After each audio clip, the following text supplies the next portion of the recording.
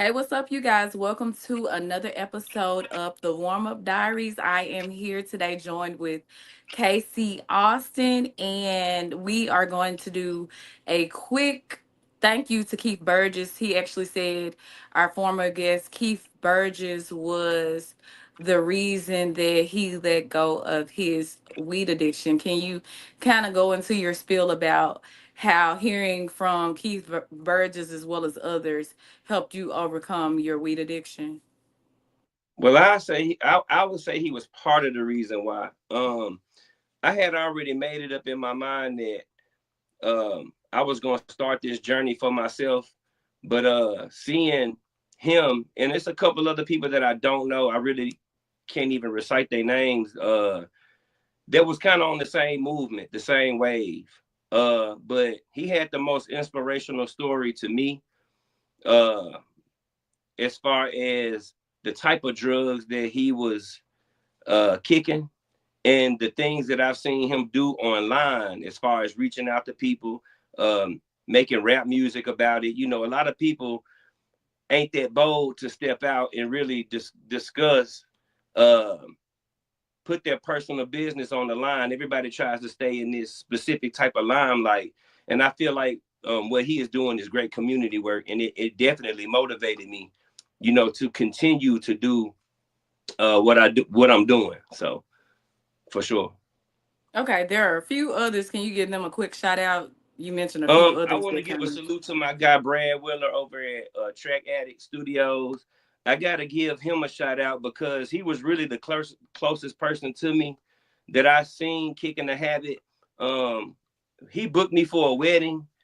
We both do videographer work and photography, and he prayed for me. And I'm not real big on religion or nothing like that, but he's even introduced me to that in a way. Um, I want to give really credit to my wife, my family for standing by my side, uh, being a real great support system to me. There's a few other people that I seen. I really don't know if it's appropriate for me to, you know, name drop them on the show or nothing I like got you. that. I But got you. yeah, I yeah, got you. yeah. But for sure, Keith, my guy Brad Willer, salute to them for sure because especially Brad personally because he's been praying for me and calling me every day, checking on me. I'm still going through it right now, so I really appreciate them for stepping out doing what they doing. Yeah, for sure. Okay. So I was reading when I saw your story online and you were just celebrating sobriety.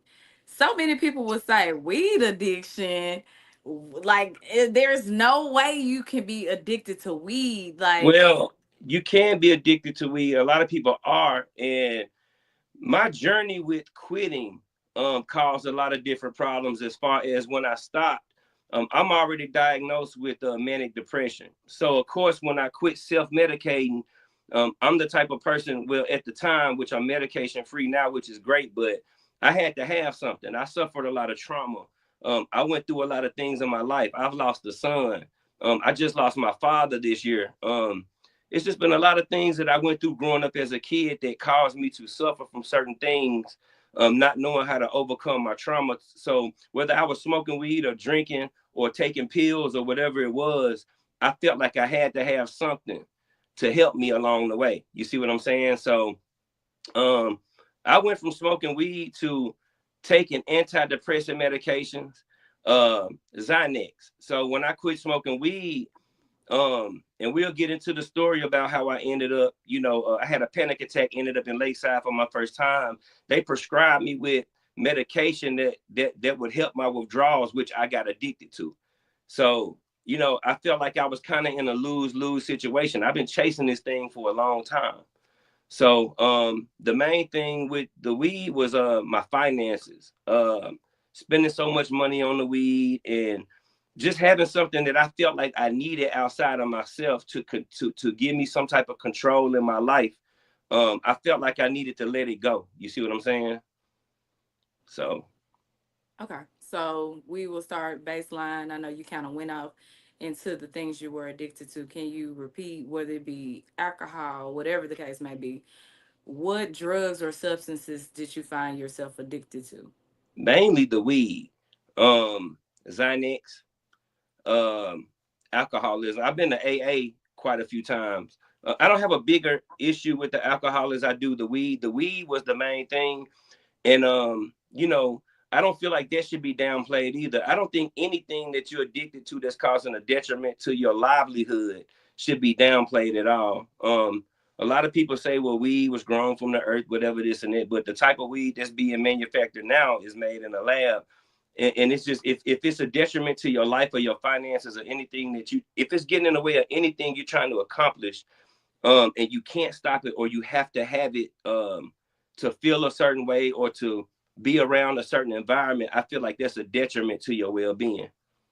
Okay. So what does weed addiction look like? Like, how did you know you were actually addicted versus, I'm just enjoying this for the moment? Nah, I went from enjoying it to I had to have it in the morning. I had to have it before I went to the grocery store. I felt unhappy without it. I didn't feel good. I didn't want to do anything without weed. I didn't want to do anything without it at all. Like I had no motivation. Um, I used to be a barber. I used to have to get high to go cut hair and deal with people. I used to have to get, I had no type of control for myself, no type of desire to do anything unless I was high. So that's how I knew I was addicted. I would also allow it to, I may need my car worked on. There may be something minor to my car that I know that could grow into a bigger problem that instead of putting my money towards that, I would buy weed just to get high. You know, I wasn't taking care of my business. So that's how I knew I was addicted. I was allowing my life to fall apart just to try to maintain a mental, to stay in the right mental for myself. So yeah, I was letting a lot of things fall apart in my life. So that's how I knew I was addicted to it. What about your appearance? Did your appearance change when you faced addiction, or did your appearance pretty much stay the same? And what do you mean by my appearance? Like, Like, some people when they face addiction, they stop taking care of themselves physically. They stop maybe getting I haircuts or did. maybe. I did. Like I used to really care about how I looked when I went out, how fresh I was, and my shoes and things like that.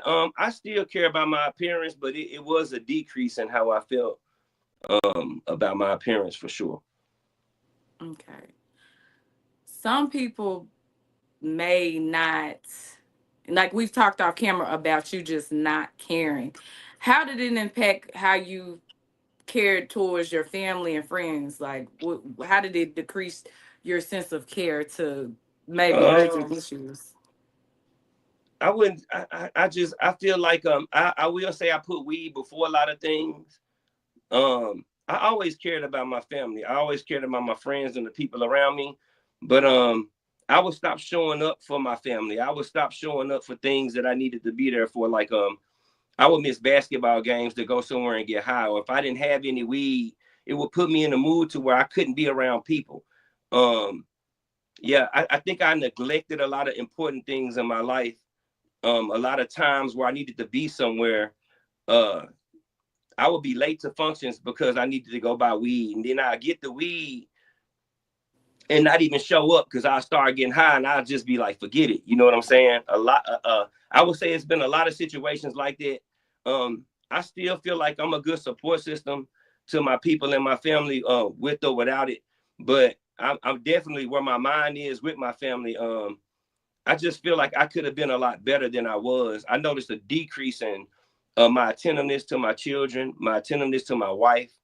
Um, I could come home from work for 8 hours and sit upstairs in my man cave and just get high versus sitting on the couch and talking to my wife about her day or watching a movie with my family. My kids have asked me several times, hey, daddy, let's play the game. And I tell them over and over again, okay, cool, I'll be down there in a minute. Then that minute will turn into 2 hours. Now they sleep. This would happen time after time after time, and to where they felt neglected. You see what I'm saying?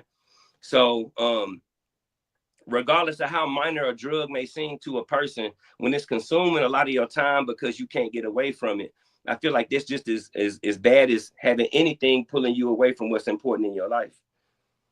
Okay. Let's talk about this Xanax addiction. How did the Xanax addiction become about? Okay, so I ended up in 2005. I decided to quit it. Now, let me go back. I've been getting high since I was 13, 12. I would get high all day long. By the time I was 14, I was buying like a quarter ounce of weed every other day, smoking before school, during school, after school. So I feel like in those stages of my brain development, uh, that I just become super dependent on it. And so at the age of 19, I had a daughter, and I decided, hey, I'm not gonna smoke weed no more. I want to live a better life. Uh, and I know after 2 weeks, I was cool for 2 weeks. I suffered my first panic attack in 2005 in my mama's house. So I noticed I was laying in the bed 2 or 3 days, no shower, just laying there 2 or 3 days straight, losing weight, not hungry. I kept having conversations with my mama, like, Mama, I'm not feeling good. Something not right. I feel like a demon or something. It just, something taking over me. And so during this time, I had a cool little job, whatever, I had insurance. And so it got to a point to where I decided to get on back of my insurance card and call the 1-800 number to see if I can get some type of help for myself. And so the lady asked me, do you feel like committing suicide? I don't know what it was about her asking me that question, but man, I had a massive panic attack. So long story short, my mom and my sister rushed me to Baptist East. They took me in. They interviewed me. A lot of things came out in the interview. I really felt like dying. And I feel like there were other things that I didn't know about myself that was taking place at this time. Because they diagnosed me with bipolar disorder as well. And so when they told me they was taking me to Lakeside, uh, everything crashed on me. I was ready to fight people before they put me on an ambulance, all these different things. And so when I got to Lakeside, they feel like, okay, he needs something for his depression. He needs something for anxiety. So they diagnosed, they prescribed me Xanax. So when I was in Lakeside, I had the Xanax. Man, I was getting just as high as I was on the weed. I was getting a better high. I was happy for it because in my head, I'm like, cool. When I got out, I didn't need the weed no more. I'm like, cool, I'm giving something the doctor gave me. This is something I prescribed. This is something that, cool, I done kicked my habit. But before you notice, I was overtaking my medication, falling asleep at work, falling asleep in drive-thrus. And in due time, that high wasn't giving me enough. So I had other people that was in programs that I was in telling me, yo, take a couple shots with it. It'll take you here. It'll take you there. And I started drinking with the medication.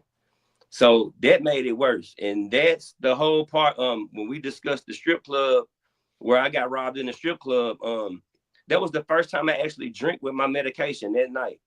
I think I drank about probably a half a fifth of Parmesan. I took my Xanax. I had like $600 something in my pocket in the strip club. When I woke up, my cousin was like, it's time to go. You tripping? I counted my pockets. I had like $40 something in my pocket. And I snapped. I went crazy. And I was going up to all the girls, everybody in the club, like touching their pockets. I don't know what I had going on. And then the bouncer came to me and was telling my cousin, yo, y'all need to get this up out of here. Because, something about to happen to him. I didn't care. And so even to where we went outside going to the car, I saw a car next to our car with like 4 people in it. I sat on the hood of the car, was like, somebody in this car got my money. I literally lost it. I ain't understand what was going on at the time. And so my cousin, them, due to what they tell me at the time, they put me in the car, took me to my mama's house, and I just blanked out. I still till today don't remember what happened after I left that strip club. My mama told me I fell asleep in her bathtub with all my clothes on. I was having a psychotic breakdown. And so I don't remember that portion of it, but I do remember my mama talking to me about it. We still talk about it till this day sometimes. And I just don't have no recollection of what happened. So I went from being addicted to weed to having to have alcohol with my medication. Okay. How did you get off of it, off the Xanax?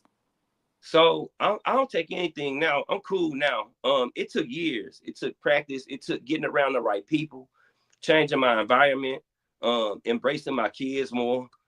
That's basically, it took other people. It took me changing my environment to really, and it took years as well.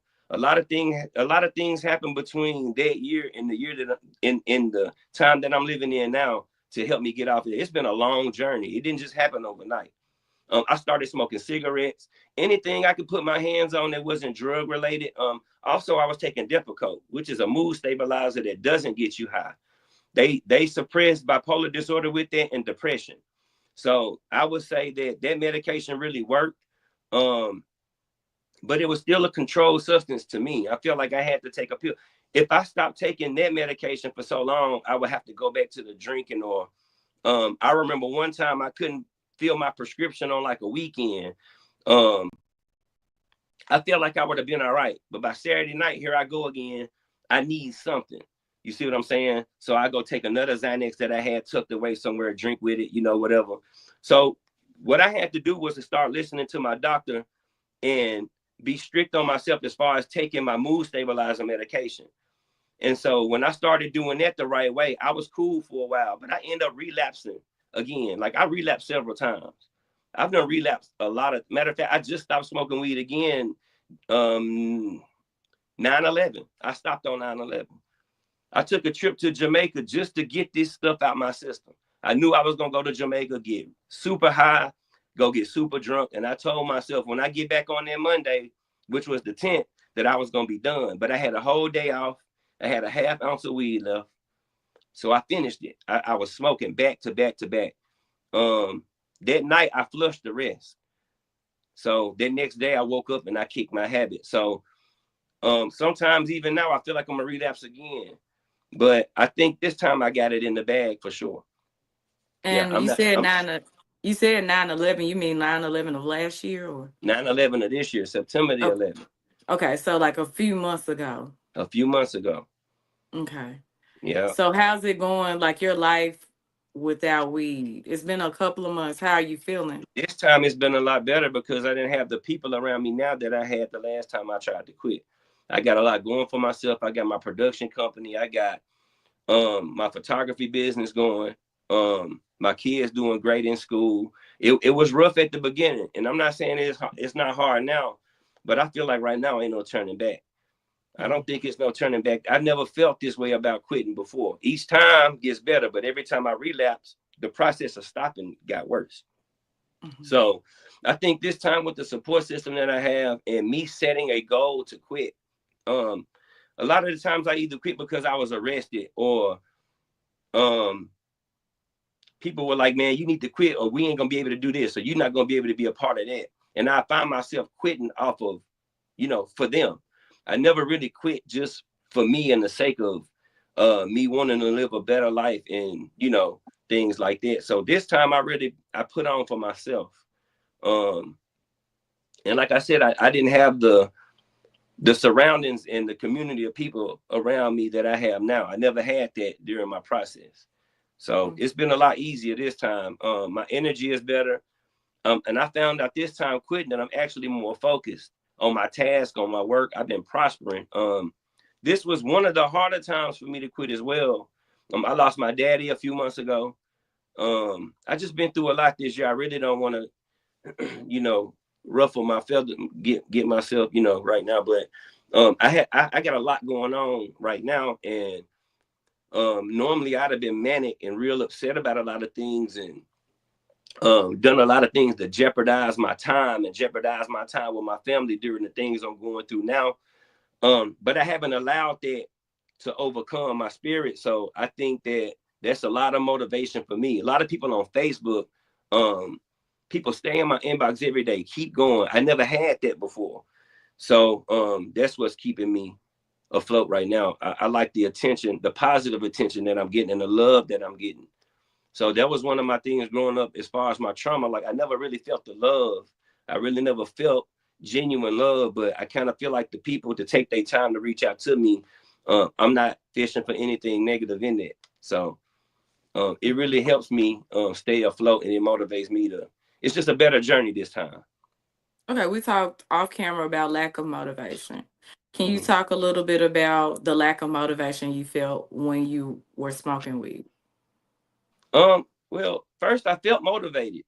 I No, no, like no, no. When uh, I say motivated, meaning when we talked about you being able to complete more tasks than you like off the weed, being able to focus and complete something quicker. than Yeah, what you were so on the video. normally when I'm sitting in my room and I'm editing or I'm even shooting a video, um, when I start getting high, man, like I noticed that I'm still super creative, but it may take me longer to complete a video. It may take me longer because um I feel like I take more time trying to get in a zone. I also like I have ADHD, like I'm all over the place all the time. And that was the only thing I could do to kind of keep me focused on what I was doing. I think I tricked myself into believing that that was the case.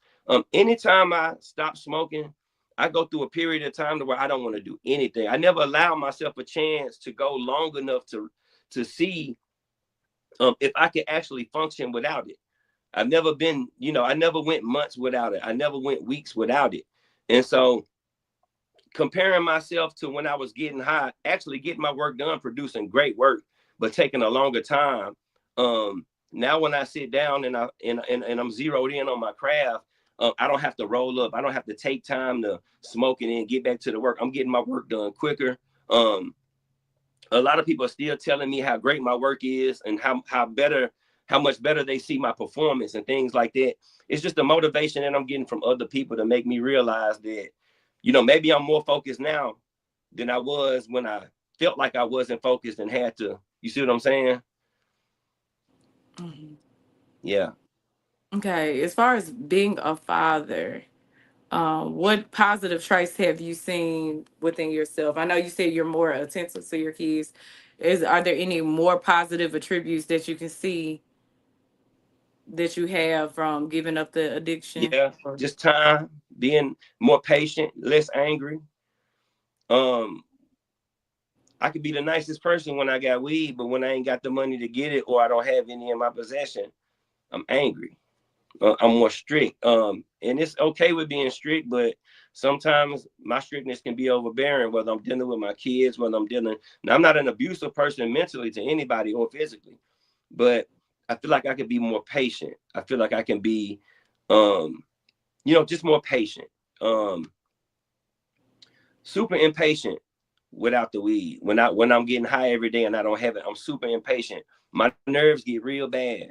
So, for instance, my son can be dribbling the ball down in the den. And now he can be dribbling it all day. Now I don't care. He down there practicing. I want him to have fun. I want him to do what he doing. But when I was getting high, um, my nerves were real bad. So it would be an instant, hey, what you doing, bro? Dribbling the ball in the house, whatever. And he's like, whoa, whoa, whoa, because that's not really my personality. Um, when you high all the time, like, well, I can't say speak for anybody else, but when I'm high all the time, when I was getting high, I could say that I was a more kinder, more gentle person. And so that was one of the things, that was part of the reasons why I was using it.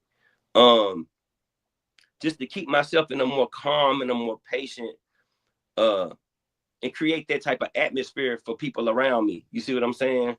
So I think now, I've been without it so long now. The first couple of weeks I quit, it was hard. I had to isolate. I spent time upstairs in my man cave for hours and days at a time, wouldn't talk to anybody. And so it got to the point to where a lot of things stopped bothering me. A lot of things wasn't bothering me that normally would bother me. Like I said, I never give it a chance. I never went this long without it. And so I feel like just the patience that I have now, I don't want my kids to feel the way I feel growing up. I don't want my kids to start depending on the substance because of the way I make them feel. That's another reason why I started smoking. A lot of people who I felt like should have loved me this way and didn't. Um, I felt real good. I didn't care when I had any type of substance, whether I was drunk, high, taking medication. Um, it voided those feelings for me. But I think at some point we got to get to the point to where we have to learn how to face these problems without taking something. We need to learn how to deal with these problems on our own. You see what I'm saying? okay, you spoke about learning how to face problems on your own. Do you feel that you were avoiding certain things by staying high all the time? Like, is there certain I things you was. weren't facing? Can you account or recount a time where you were avoiding something and then you had to face it after? You My quit. daddy died this year. I went crazy, and we didn't have a good relationship like I wanted. He told me he loved me for the first time on his deathbed. That alone, like I couldn't leave the hospital without smoking. I couldn't. After he died, I smoked myself to pieces because there was a lot of things I felt like I could have done to initiate a better relationship with him as a grown man. But I always looked for him to do it because he was my father. I had a lot of pride. That's a situation for sure. Just not having the support from my father that I wanted growing up. Sometimes it may sound weird. Sometimes I used to get jealous of my kids for having a father like me, and I ain't have it. It's weird. Like I'm a loving father. I'm a caring father. I got a son right now getting put out of the school he in because they want him to go to a better school. He's super intelligent. I read to my children. I'm a very attentive father. I feel like I could be better. I'm a lot better now than I was, but I didn't have that growing up. I feel like my life was cut short by not having these men in my life or my uncles or all my homies would, you know, anytime I had an issue, put a blunt in my face or, things like that. I tell you something, I could bring a report card home with straight A's and throw it in front of my daddy, and he just look at it, okay, cool. But when I was 14, 15, 16, I can go buy 2 ounces of some good weed and sell it to people in my neighborhood, and everybody was like, damn, he got that fast weed. God damn, that's where I got a lot of my motivation from.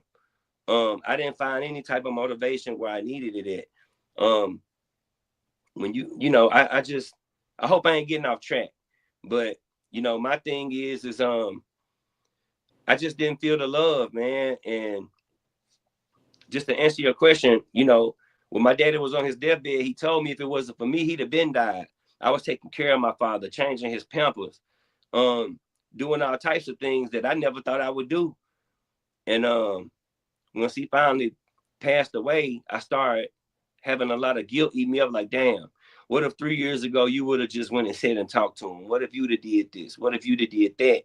And I don't think I should have allowed that to get me to that point. But I had to medicate and drink and drink and drink to avoid that. When my son passed away, my addiction got super heavy at that point. I was only like 19 years old. But when my son passed away, I didn't think I was gonna be able to live without getting high. This shit totally numbs me.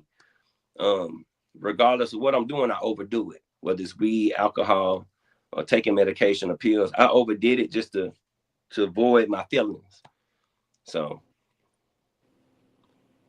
Okay, and then the weed, you say, okay, I'm gonna stop. You make that decision. one thing Keith said, so accurate. I've been quitting every day for years. He said that he been quitting for a long time. And when he said that, it touched me because, man, I was quitting. I've been quitting for a long time, and I have quit before. But I'm chasing. It's like It's I don't know. It's like it's chasing me. You see what I'm saying? Um, I've quit several times, but not even this long. I believe one time I quit for about 2 or 3 months. I relapsed real fast. I just been the trauma eats me up. And of course back then the love wasn't there. I didn't have the type of people around me, like I said, that I have now. But it's not an easy journey for sure. What is it if someone could go through your mind, what does the journey feel like It's a lonely journey. realistically? Mm. It's a lonely journey. Each person has a different reason for self-medicating themselves. And I can be trauma bonding or sitting there with a person, getting high with a person. They can be doing it for their reason. I can be doing whether they enjoying it. It's always gonna be a different reason why. And even if we have the same reasons, your situation wasn't my situation. So it felt lonely. It was a lonely journey, especially when you want to quit, especially when this is something. I used to sit up in my man cave and get high and enjoy the weed, but at the same time be like, God damn, you did it again. Like you doing this shit again and you doing it again. Your kids downstairs looking for you. Your wife's downstairs trying to get you to come watch this good movie with her. You see what I'm saying? And it got to a point where I started hating myself for it. But those feelings didn't overcome me needing it to try to, because if I go downstairs sober and watch the movie, I ain't watching it. I'm in a bad mood. My company is still not good to you. You better off waiting on me. You better off waiting on me to sit up here for 5 hours and me waking you up, spending 10 minutes laughing with you versus me sitting there with you for 2 or 3 hours sober, not even wanting to be in the room around you. And I love you to death. I don't want to see this movie. Ain't nothing interesting to me or to a person when they don't have that self-medication. And I can't speak for everybody, but I'm speaking for most.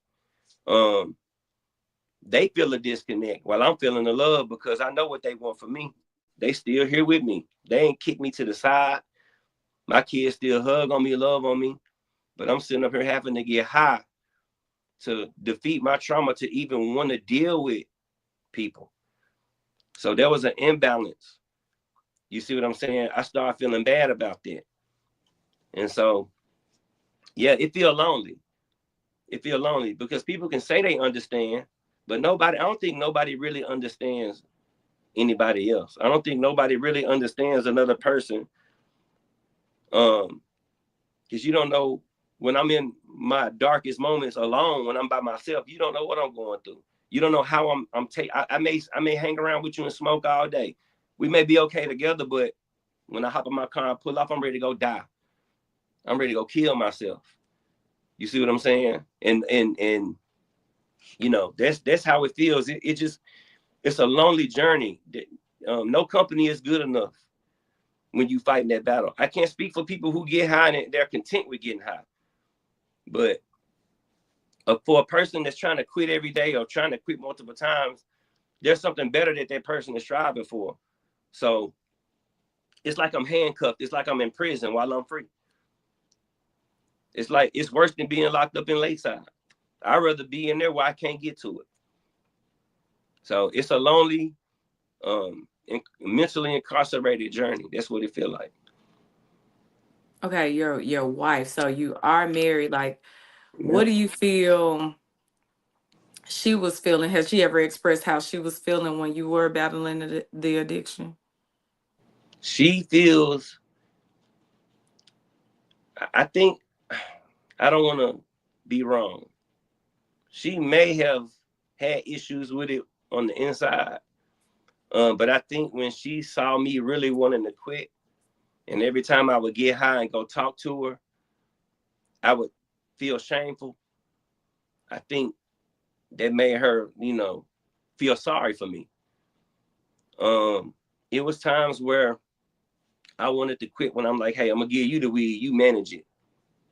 That never worked because now I'm putting her in position to do her role as a wife, and I discredit her. Now I'm pissed off at you. You ain't letting me be a man. You see what I'm saying? I'm a grown man now.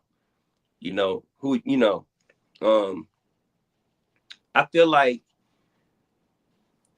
she gonna allow me to be a man and do what I do because number one, I take great care of my home. I take great care of my kids. I don't smoke around my kids. They don't see me getting high. When they go to bed, or if I come home and they not in the bed, they just didn't see me because daddy need his break. I carry a lot of weight. So I also spend a lot of time with my kids. So I think when she hears me complaining about getting high, but I'm constantly doing it to myself, it made her feel sorry for me. She kicked in the high gear this time. I found some weed yesterday in my house. I took it to her. I'm like, I was just joking. I'm like, man, I'm finna fight this. Give me that. I gave it to her. Normally she'll throw it aside or I'll throw it aside. She started washing it with water. So yeah, man, like it was no way I can get back to that.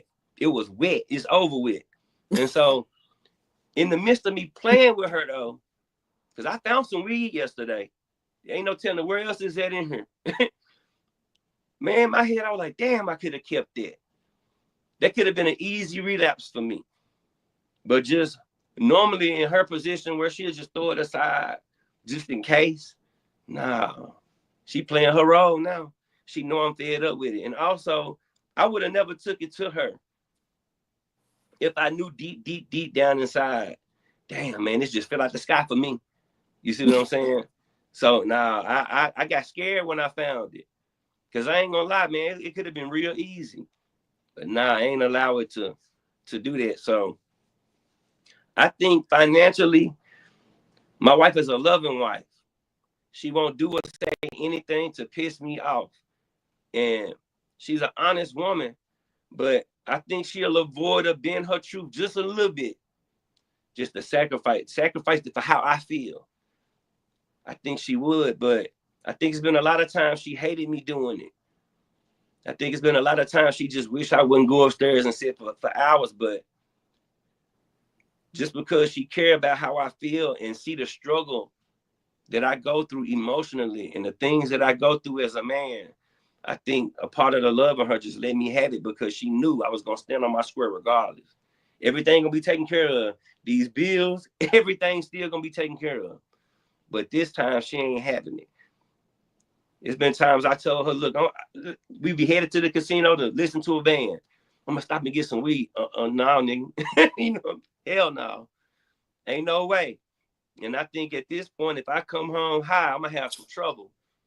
And I need that strict love, this strict, hard foundation. You see what I'm saying? So I hate if I ever put my family or anybody in position to where they felt like they had to not care for me less, but I don't know. I'm just glad that she's able. I'm glad I put her into the position mentally now this time to where she knows she can be strict without me using it against her or anybody. Because people who are addicts will do that. They'll use it against you. If you ask for help from somebody and all of a sudden, you can't get this. Now I'm a grown man. That's using it against you. And I know that has to devalue her as a wife. Or anybody is help. What am I a friend for? You told me to be strong for you. Now you're using it against me. That's to me, that's mentally abusive. So yeah, I think I'm in the game now though, for sure. I think I'm good. So Okay. As far as friendships, are you still able to hang around the same people? I don't hang around nobody. I don't have friends. I never have. And even people who I thought were my friends in the past, they wasn't. I noticed it a long time ago, and it had nothing to do with my addiction. When I started prospering in life and changing, I moved my family out the hood. People never talked to me again. When I got married, my single friends didn't talk to me again. You see what I'm saying? I started learning earlier on, but even to me quitting smoking weed, I had a couple people like, man, you know you want to smoke. Nah, bro, blowing weed near me when I'm around them. And see, right now talking about it pissing me off because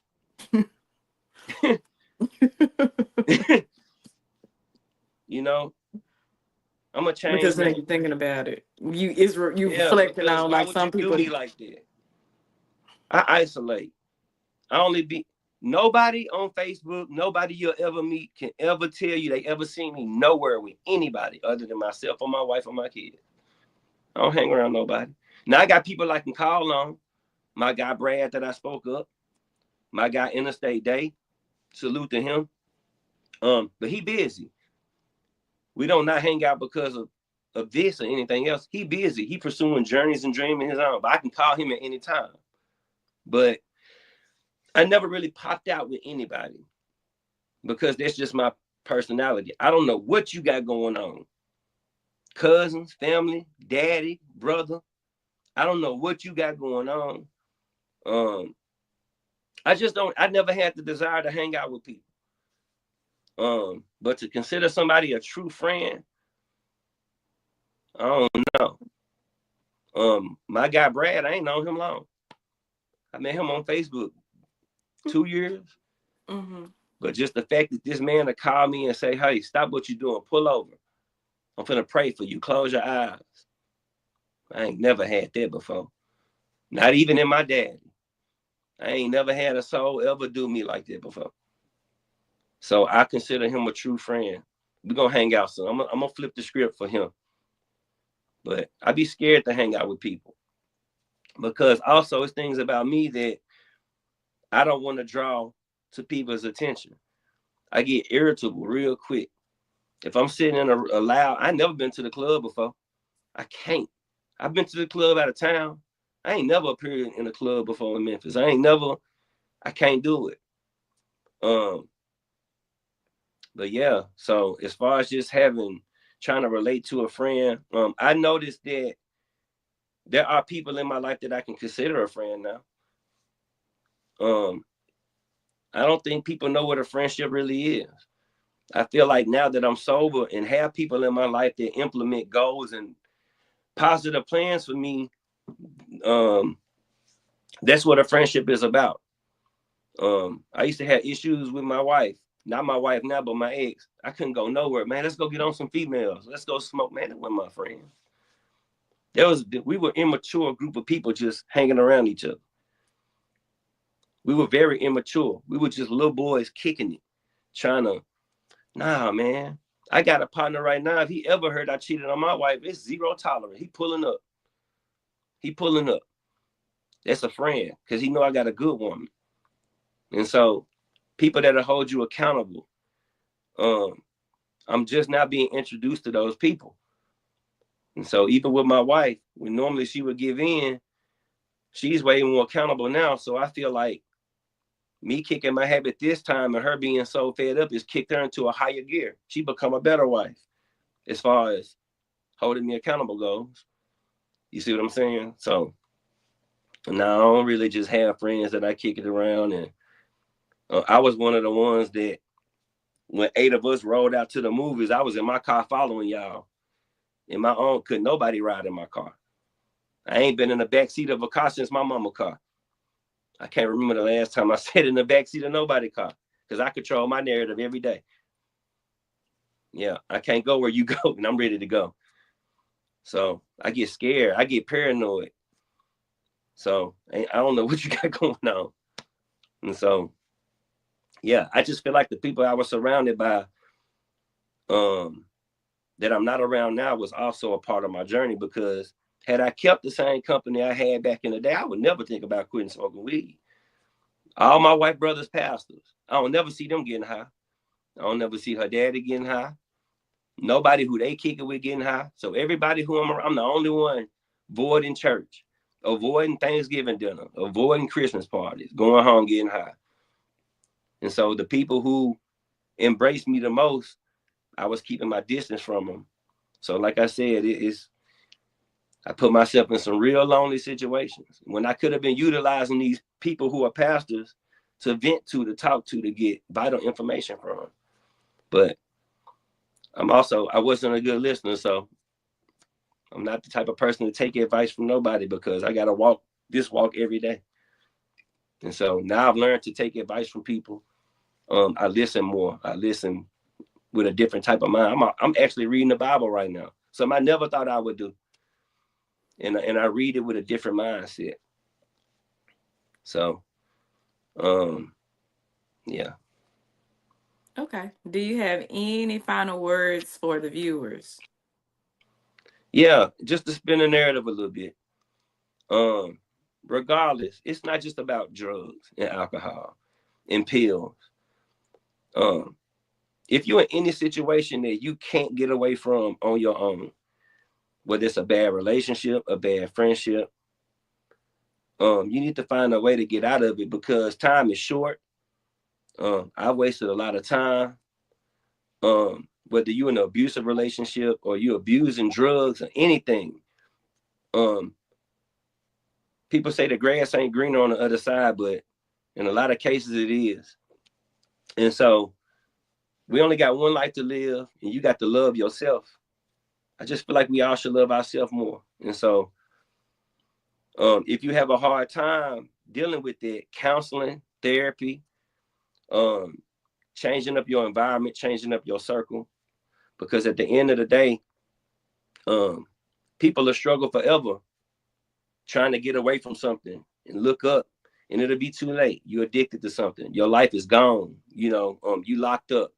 Anything like that. But I feel like if you waking up every morning and you thinking of getting away from something, whether it's a substance or a person, I think that's the perfect time to leave. And you got to accept that journey that is coming after that, because things get hard, emotionally, especially emotionally. So we just got to know we strong, and we got to get ourselves to a better place. So that's my advice. Just bite the bullet and go hard. We always talk about going hard, and we kings and queens and this and that.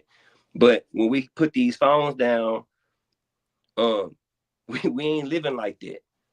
And so I feel like you can live like that, but you just need to embrace the struggle. That's it. Just embrace your struggle to get to where you need to be, because it's gonna always get better once you get through it. Okay, thank you for joining the show. Yeah, for sure. I appreciate you for bringing me on. I'm working on one on my own, and I said I'm gonna come to yours first before I drop my own. I ain't appeared on Okay. nobody's show about this. I was hella nervous, No, you but did amazing. on mine I can stop and pause and edit, So, but I appreciate you for bringing me on, and I hope this helps somebody. Salute to Keith, salute to Brad, and I'm gonna tell Keith, man, keep doing what you're doing. He been through it, and he seemed to be doing better and helping other people. So I appreciate him for sure. Yeah.